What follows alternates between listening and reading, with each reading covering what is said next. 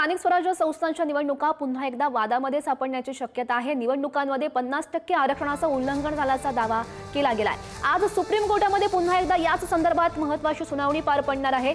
मागच्या सुनावणीमध्ये राज्य निवडणूक आयोगाला नोटीस बजावण्यात आलेली होती।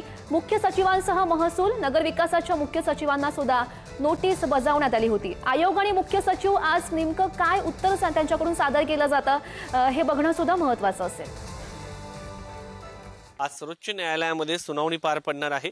स्थानिक स्वराज्य संस्थांच्या निवडणुकांमध्ये जे ओबीसी आरक्षण आहे त्याचा प्रश्न पुन्हा एकदा उपस्थित झालाय। माझ्यासोबत बोलण्यासाठी विकास गवळी आहेत, याचिकाकर्ते, त्यांच्याशी थेट संवाद साधूया। काय नक्की तुमचं म्हणणं आहे? खरं तर 6 मेला या सगळ्या प्रकरणाच्या वेळेस सांगण्यात आलं होतं की निवडणुका घ्या आणि ऐन अधिसूचना निघाल्यानंतर तुम्ही कोर्टात आलाय। हा विषय तुम्हाला मी पूर्वीपासनं कसा घटनाक्रम याच्यामध्ये घडला ते आपल्या माध्यमातून महाराष्ट्रातल्या संपूर्ण निवडणूक लढवणाऱ्या ओबीसी कॅटेगरीतल्या उमेदवारांना आणि संपूर्ण जनतेला सांगू इच्छितो। 4 मार्च 2021 रोजी विकास किसनराव गवळी या केसमध्ये ओबीसीच्या आरक्षणाच्या संदर्भात फार मोठा एक लँडमार्क निकाल सर्वोच्च न्यायालयाच्या खानविलकर साहेबांच्या घटनापीठाने दिला होता। त्यामध्ये असं सांगितलं होतं की ओबीसीला आरक्षण देता येते, परंतु ओबीसीला आरक्षण देण्यापूर्वी ट्रिपल टेस्ट पूर्ण केली पाहिजे। आणि ट्रिपल टेस्ट म्हणजे डेडिकेटेड कमिशन अपॉइंट करणं, त्या डेडिकेटेड कमिशनच्या माध्यमातून ओबीसीचा इम्पेरिकल डेटा जमा करणं आणि ओबीसीचा इम्पेरिकल डेटा जमा झाल्याच्या नंतर त्या प्रमाणामध्ये म्हणजे SC, ST आणि ओबीसी हे तिन्ही मिळून 50%च्या वर जाणार नाही याची दक्षता घेणं, हा एकंदरीत तो ट्रिपल टेस्टचा भाग होता।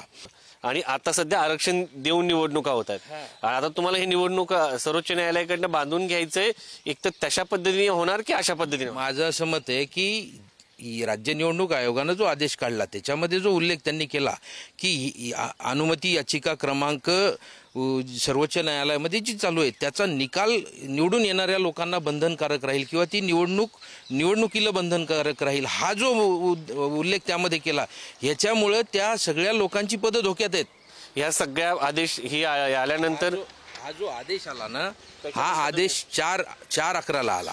त्याच्या अगोदरच आम्ही कोर्टाच्या हा विषय लक्षात आणून दिला होता। राज्य निवडणूक आयोगाला सुद्धा मी लेखी पत्र दिलेलं आहे की प्रायर टू 2022 म्हणजे त्या पिरियडमध्ये तर आरक्षणच नव्हतं, मग तुम्ही आरक्षण देणार का नाही देणार? तर ते म्हणे की आम्ही ज्युडिशियरीकडनं आमची फाईल क्लिअर करून घेतली, I can't disclose with you, असं त्यावेळेला आयुक्तांचं मला वाक्य होतं।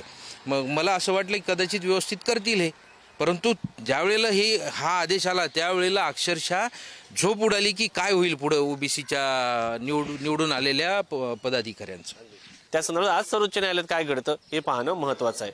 व्हिडिओ जर्नलिस्ट अनिल कपूरसह शिवाजी काळे, पुढारी न्यूज।